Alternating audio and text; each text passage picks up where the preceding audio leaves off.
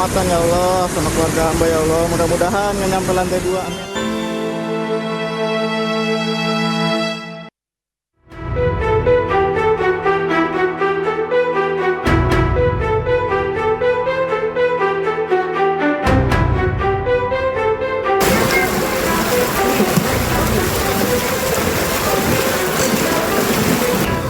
Amin. Tolong. Oke.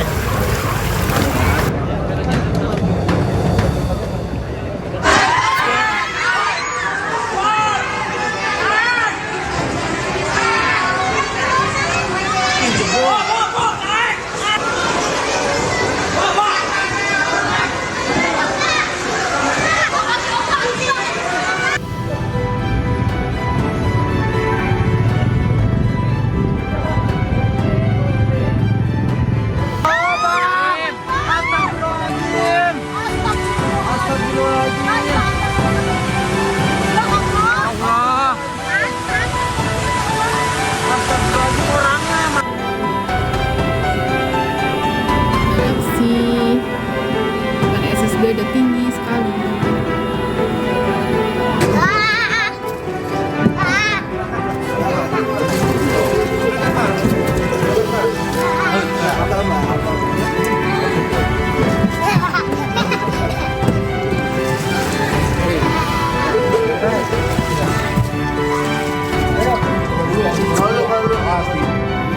Ada turun sih. Iya.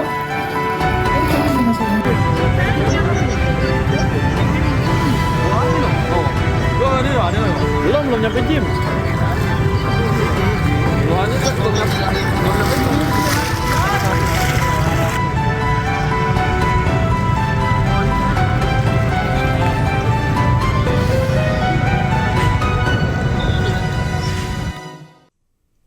Pemirsa, banjir melanda wilayah Cililitan, Jakarta Timur membuat sejumlah warga mengungsi ke Musola Al-Islah di kawasan Kampus Binawan, Jakarta Timur. Sedikitnya 500 warga telah berhasil dievakuasi petugas. Dan lantas bagaimana kondisi pengungsi? Berikut laporan lengkap jurnalis iNews Wenda Nura dan juru kamera Bagus Prasetya.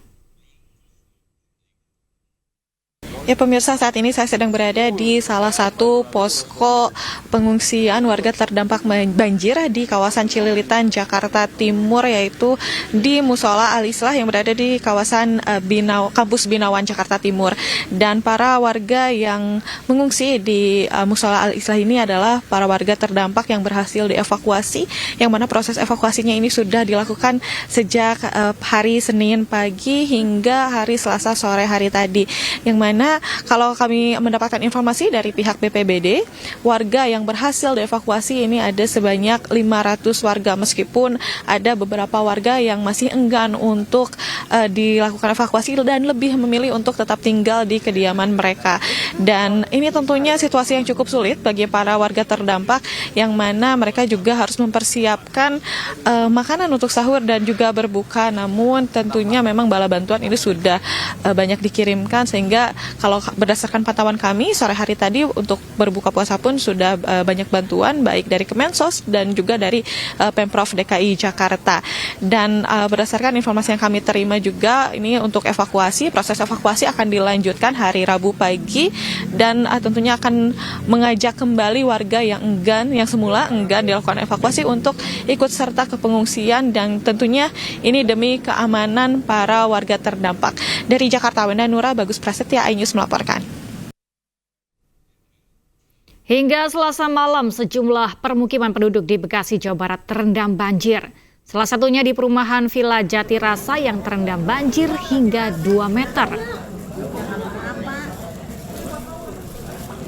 Banjir di perumahan Villa Jatirasa terjadi sejak Senin hingga mencapai 2 meter. Meski ketinggian banjir sempat menurun, namun mayoritas rumah warga hingga Selasa malam masih terendam banjir. Banjir terjadi sejak Senin akibat luapan Kali Cikeas yang tidak mampu menampung debit air hujan yang cukup tinggi. Meski terendam banjir, namun sejumlah warga menolak untuk mengungsi karena khawatir barang-barang miliknya hilang dicuri orang yang tidak bertanggung jawab.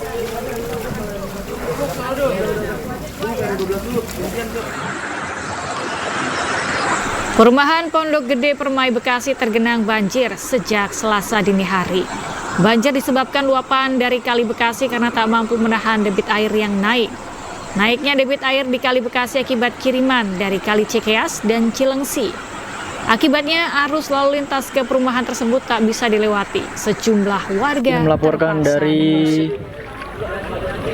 PGP Pondok Gede Permai, air sudah naik sangat tinggi, sudah sampai di depan jalan sana.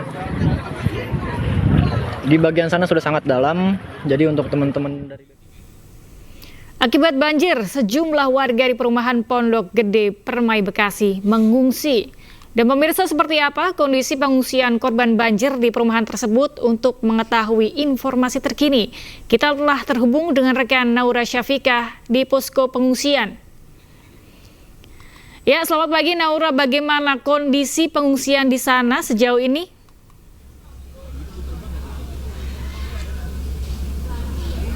Ya, Galuh dan juga pemirsa, saat ini situasi di kondisi posko pengungsian dari warga Pondok Gede Permai ini baru saja menyelesaikan sahur untuk persiapan menjalankan ibadah puasa. Dan untuk saat ini memang keadaannya bisa dilihat seperti yang di belakang saya ini, warga sudah selesai menyantap makanan yang sudah disediakan dari BNPB. Dan juga sedari tadi untuk situasi di sini yang memang dihuni dari 68 KK yang terdiri dari 297 jiwa di pengungsian yang ada di Pondok Gede Permai ini, juga untuk bantuan terus berdatangan dari Kemensos dan juga dari BNPB. Dan juga tadi baru saja datang sejumlah bantuan seperti selimut, kemudian matras lipat dan juga family kit, dan juga pastinya masih banyak bantuan lainnya berupa makanan dari komunitas-komunitas dan juga organisasi yang membantu. Dan untuk mengetahui lebih lanjut lagi bantuan seperti apa dan apakah nantinya akan ada bantuan lagi yang datang, saya sudah bersama dengan Bapak Rambat, Kasubdit Pemenuhan dari BNPB. Selamat pagi, Bapak. Sudah sahur, Bapak? Alhamdulillah sudah. Oke, Bapak, saya izin bertanya nih, Pak. Untuk logistik per hari ini apa saja yang sudah datang dan seberapa banyak? Terima kasih, Mbak. Jadi untuk hari ini memang kita sudah update lagi kebutuhannya. Ada beberapa kebutuhan terkait dengan ibu-ibu, terkait dengan pakaian dalam, itu sudah kami coba penuhi melalui hygiene kit atau family kit. Terus ada kebutuhan juga terkait dengan kasur lipat yang masih kurang. Hari ini kita sudah datangkan. Kemudian selimut juga semalam masih kurang, sekarang sudah datang. Jadi insya Allah di hari ini semua kebutuhan sudah tercukupi. Jadi mudah-mudahan teman-teman pengungsi juga lebih nyaman. Kemudian untuk antisipasi kami juga di lokasi sedang dilakukan pompa banjir. Mudah-mudahan kami berharap semakin cepat surut banjirnya seperti itu.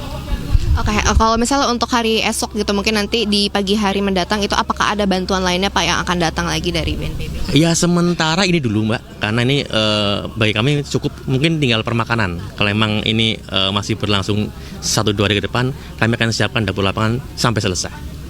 Jadi logistik sementara masih aman dan bantuan dari masyarakat pun sangat banyak berdatangan. Sampai tadi pagi masih terus berdatangan. Sebetulnya. Kalau tadi dari masyarakat itu bantuannya dari mana aja sih, Pak, dan berupa apa aja? Tadi ada beberapa universitas, kemudian lembaga-lembaga masyarakat, sebagian besar membantu makanan untuk sahur dan buka puasa. Berarti dapat dikatakan untuk makanan di sini sangat tercukupi. Sangat tercukupi, bahkan lebih tadi, seperti itu. Oke, siap, Pak Rambat, terima kasih banyak atas waktunya. Selamat bertugas kembali, Pak. Oke. Dan memang seperti yang kita ketahui untuk makanan di sini sangat tercukupi, dan juga untuk seperti yang tadi dibilang matras yang baru datang bisa kita lihat di sini. Juru kamera saya Ahmad Putra akan kasih lihat matras lipat yang baru datang untuk memenuhi kebutuhan dari warga yang ada di pengungsian. Dan memang untuk matras lipat ini dari BNPB, dan ini sangat cukup untuk bisa tempat beristirahat bagi warga pengungsi yang ada di sini. Dan jumlahnya bisa dilihat ini sangat banyak. Dan ini akan memenuhi dan pastinya mencukupi kebutuhan yang ada di sini. Dan kita akan lanjut untuk melihat bagaimana pengungsian warga yang ada di sini.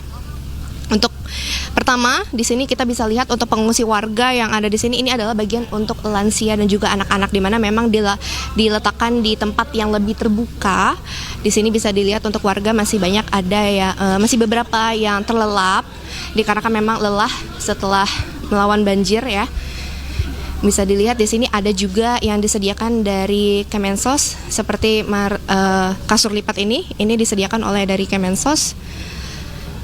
Kemudian juga ada tandu lipat atau tandu portable yang disediakan dari BNPB yang memang warnanya berbeda-beda seperti itu. Dan juga untuk selimut di sini juga sudah disediakan sehingga dipastikan untuk warga pengungsi yang ada di sini sudah mendapatkan selimut, kemudian kasur lipat dan juga tandu untuk mereka beristirahat sambil menunggu air banjir yang sedang dipompa segera kembali surut.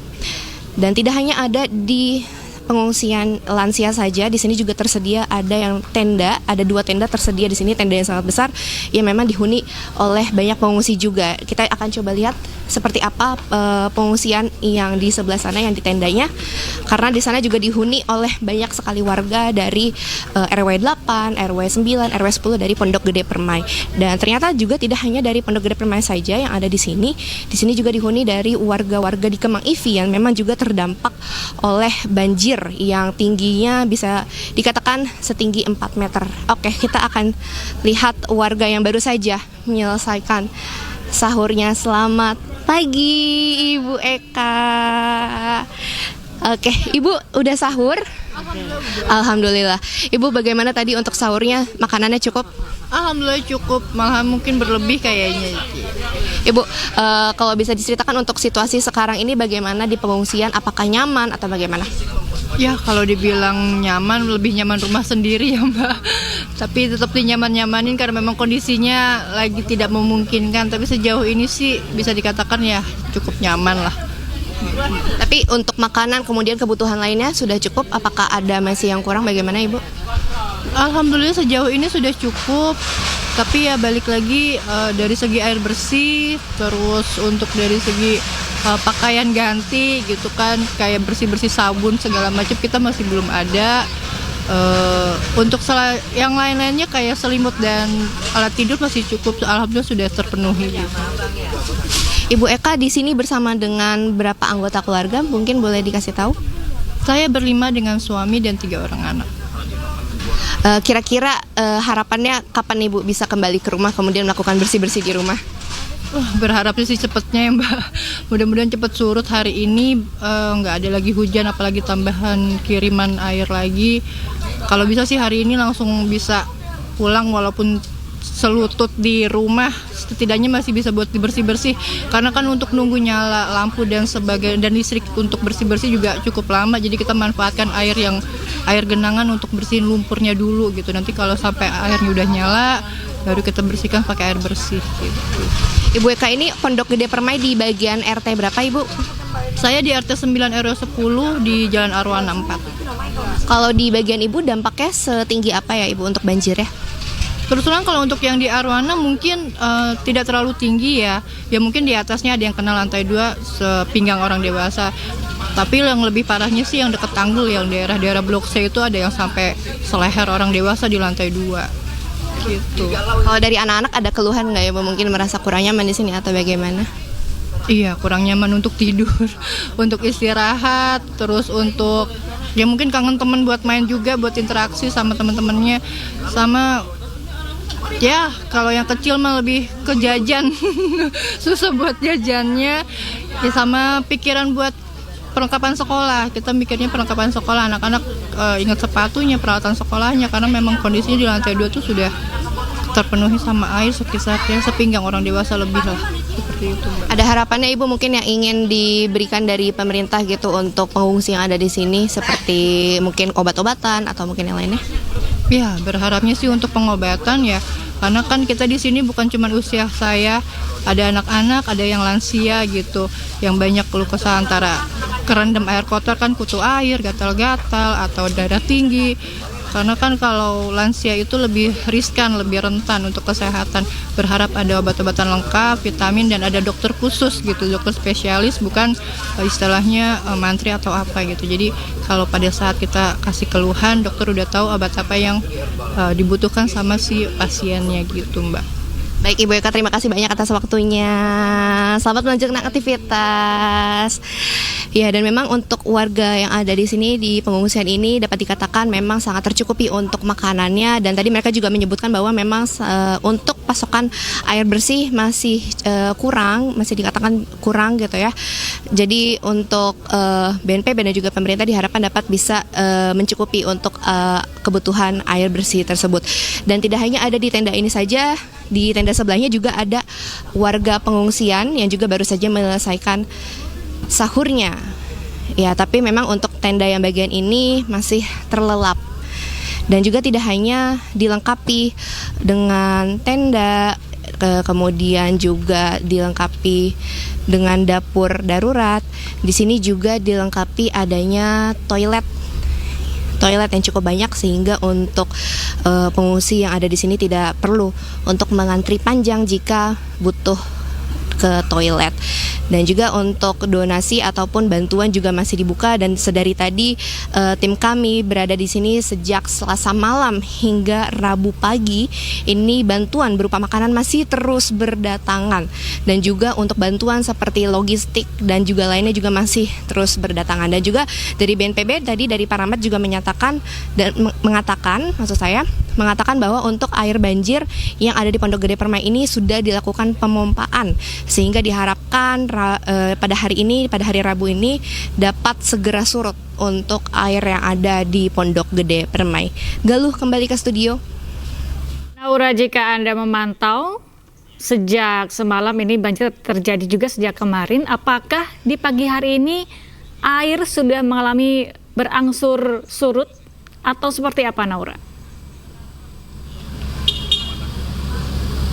Ya Galuh, kalau untuk pantauan kami terkait air apakah sudah surut atau tidak, bisa dikatakan sebenarnya masih belum terlalu surut ya, karena kan masih cukup tinggi gitu. Untuk tingginya sendiri untuk di Pondok Gede Permai ini, di dampak yang paling parah itu ketinggian di angka 7 hingga 8 meter.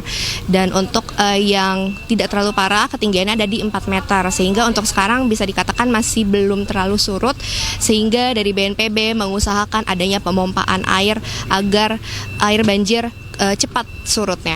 Begitu Galuh. Ya, apakah sudah ada estimasi kapan banjir ini akan surut, mungkin dalam 4 hingga 5 jam ke depan atau seperti apa, Naura?